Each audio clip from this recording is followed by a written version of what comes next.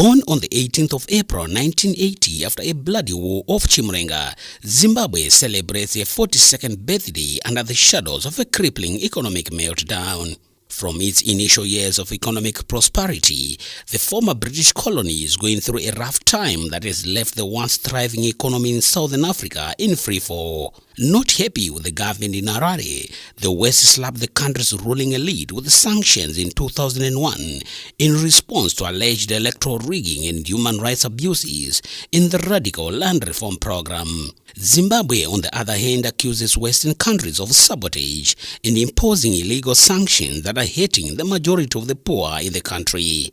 So, as they team up to celebrate 4 decades of independence, Zimbabwe's ambassador to Malawi, Nancy Saungweme, says this day is a reminder to every Zimbabwean that others paid a huge price to free the nation from the yoke of colonialism. She says under President Emmerson Mnangagwa's Second Republic, Zimbabwe has come up with a plan aimed at recovering the economy to achieve a middle-income status by the year 2030. But she says the road to success is blocked by the sanctions. Under the spirit of Pan-Africanism, Saungweme says Africa must rise up and demand an end to the targeted sanctions that are hindering the progress of the nation. It has affected actually more the life of Zimbabweans than perhaps the people whom they call targeting.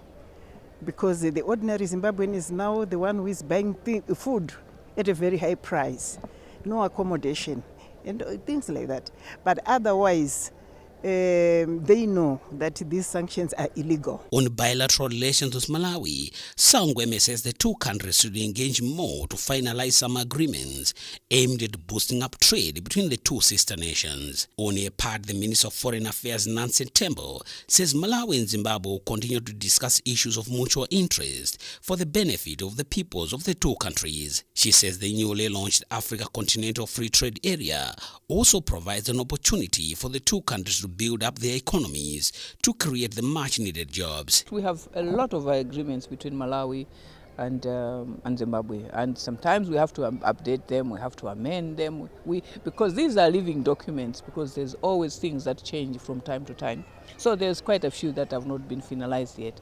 And so it is the intention of the Malawi government to see to it that these agreements are finalized for the betterment of the two countries. So as the Zimbabweans take to the dance floor celebrating their independence, there is no doubt that more work should be done to achieve the right rhythm of life. I am Marisa MBC Lilongwe.